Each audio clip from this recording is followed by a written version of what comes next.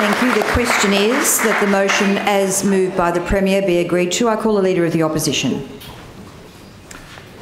Thank you, Madam Speaker. Madam Speaker, today is the day we as a Parliament finally acknowledge the truth.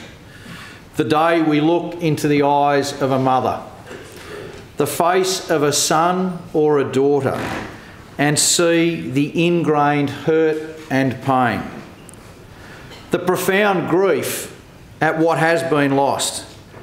And then we look deep into ourselves and ask, how would we feel if what was done to you happened to us? Exactly. For more than 3 decades, thousands of mothers across Australia had their babies forcibly removed. Sadly, we will never know the exact number in New South Wales. But we do know that these practices were widespread and they were sanctioned by government policy. There can be no excuse. There can be no justification. Today, we must step forward and take responsibility. This single barbaric act, fraying the sacred bond between mother and child, changed lives. And in many cases, it destroyed them. On behalf of the New South Wales Labor opposition, I rise to join with the government and say clearly and unequivocally to all those affected by the policy of forced adoption, we are sorry. Today's apology has been a long time coming. We should acknowledge the many people, both inside and outside this chamber, who have worked so hard to make this watershed happen. I also respect and acknowledge the many mothers who feel deeply that an apology without recompense does not go far enough.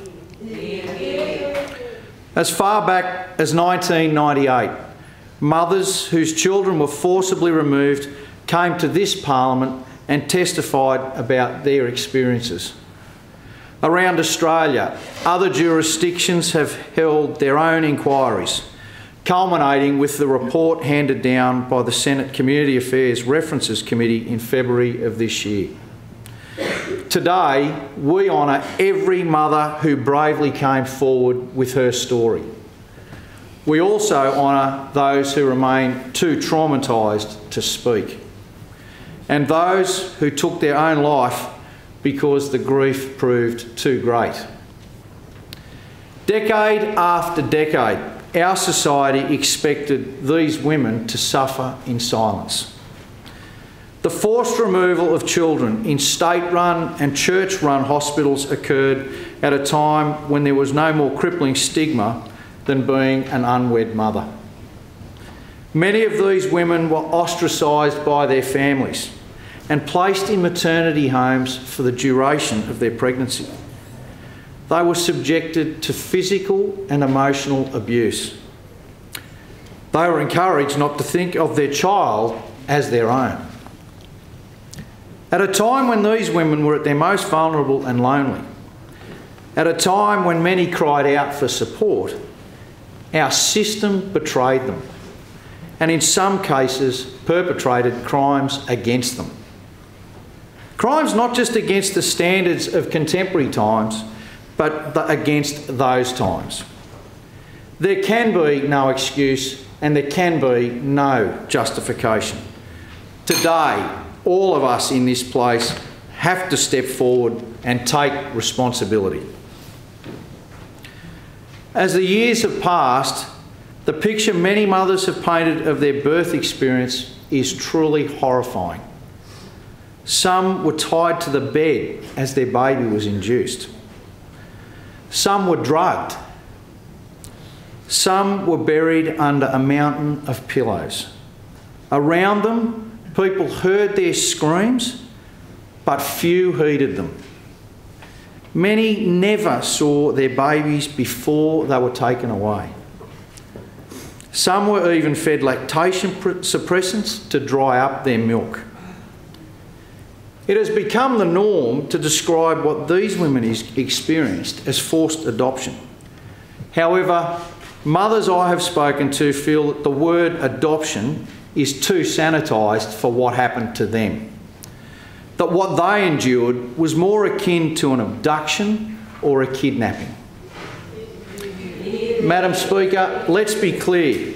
It's not consent when the letters BFA or baby for adoption are stamped on your medical records due to the mere fact of your unwed pregnancy. It's not consent when you sign away your rights because you're terrified the police are going to be called, or your child put into a state-run orphanage. And it's certainly not consent when you're not even asked for your signature.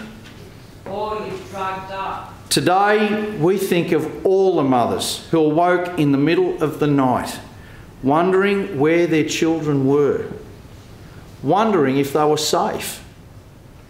We think of all the lost times, a mother's joy at witnessing her baby's first smile, hearing their first words, or being there for the first day of school.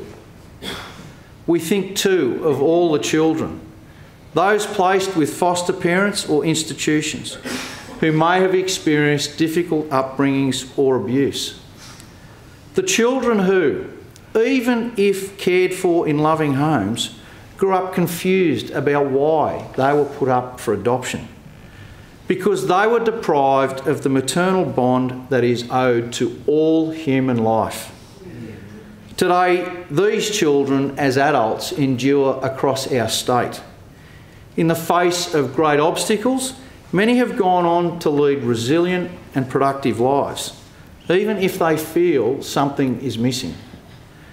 And they have gone on to love, to trust, to rear their own children, even if that care was denied to them. Madam Speaker, if they are listening to this broadcast or they read this Hansard, I hope they take one thing away: that they were loved right from the start, that their birth mother didn't abandon them. The stain of abandonment was ours. Madam Speaker, the words of apology we have spoken today will not of themselves change lives. They must be backed with actions, and Labor will always support services to assist victims of trauma as announced by the Premier today. Words may not be enough, but they are a vital step in the healing process.